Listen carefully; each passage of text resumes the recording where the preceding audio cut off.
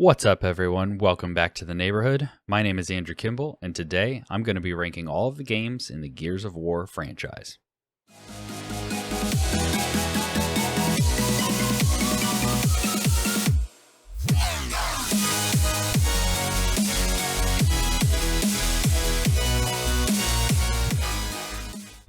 If the quote, "Don't judge a book by its cover," was a video game series, it would be Gears of War.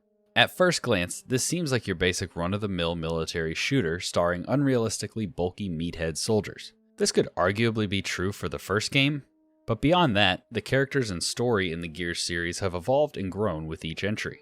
Along with that, Gears of War revolutionized the third-person shooter genre, and I would argue that no other game or franchise has been able to top it.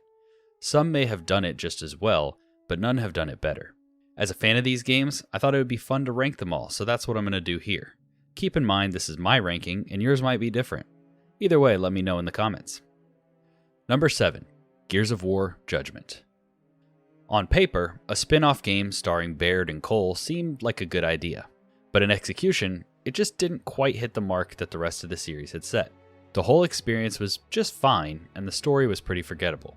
What I took away from this game was that Baird and Cole thrived as the comic relief characters when compared to the other, more serious ones in the series. But when they were put in the role of the protagonists, they felt very one-note.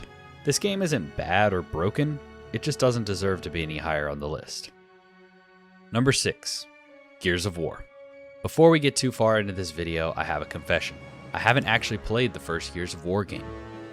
Just kidding, you can stop typing out your comments about how this invalidates my opinion on the entire franchise now. Gears of War was the first game I played in this series, and was one of the first games I played through when I got my Xbox 360. I wasn't expecting much more than a third-person shooter that let you cut up monsters with a chainsaw. I'm not going to sit here and say this game blew me away with its depth, but I was captivated by the world building and the characters of the game. It was also a lot more tense and exciting than I was expecting. I'll never forget the first time I got to use the Hammer of Dawn. It's one of the coolest weapons in video games that created some unforgettable moments. Number 5. Gears Tactics. I like tactics games, but in general it isn't my favorite genre. I've dabbled in a few of them, but rarely do I finish them. When it was released on PC, I heard good things about Gears Tactics, but never got around to playing it. Once it came to the console version of Xbox Game Pass, I decided to change that. Because of the positive reception, I wasn't shocked that it turned out to be a good game, but I was surprised by how much I enjoyed it and how well the world and gameplay of Gears of War translated to a strategy game.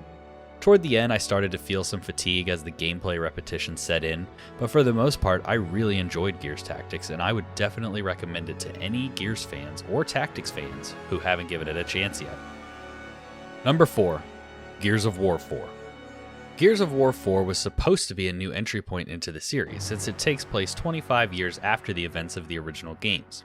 It focuses on the son of Marcus Phoenix, the protagonist of the original games, JD, and his squad. The best parts of the game, however, are the times where you get to see the original cast and learn what they were up to over the past 25 years. Even so, I feel like I'm in the minority when it comes to Gears of War 4 because, even though it was nostalgia bait similar to The Force Awakens, I really enjoyed my time with the game. It definitely wasn't any kind of drastic departure from the Gears formula, but it did iterate and modernize a lot of the gameplay and systems, and I had fun with it. Number 3. Gears of War 3. Gears of War 3 was the final game in the original trilogy, and I think it stuck the landing. I wasn't a fan of how Dom's story ended, but outside of that, I really enjoyed my time with this game. It is the one game in the series I haven't revisited, so my memory is the most fuzzy when thinking back on it, but at the time of release, it was the most technically impressive, and the gameplay was the best it had ever been. This was also the only Gears game where I really got into the multiplayer since I played it at launch. All the games before this one had been out for a while when I played them, so the lobbies were tough. And the games that came after, I wasn't all that interested in multiplayer anymore, so I only played a few matches here and there.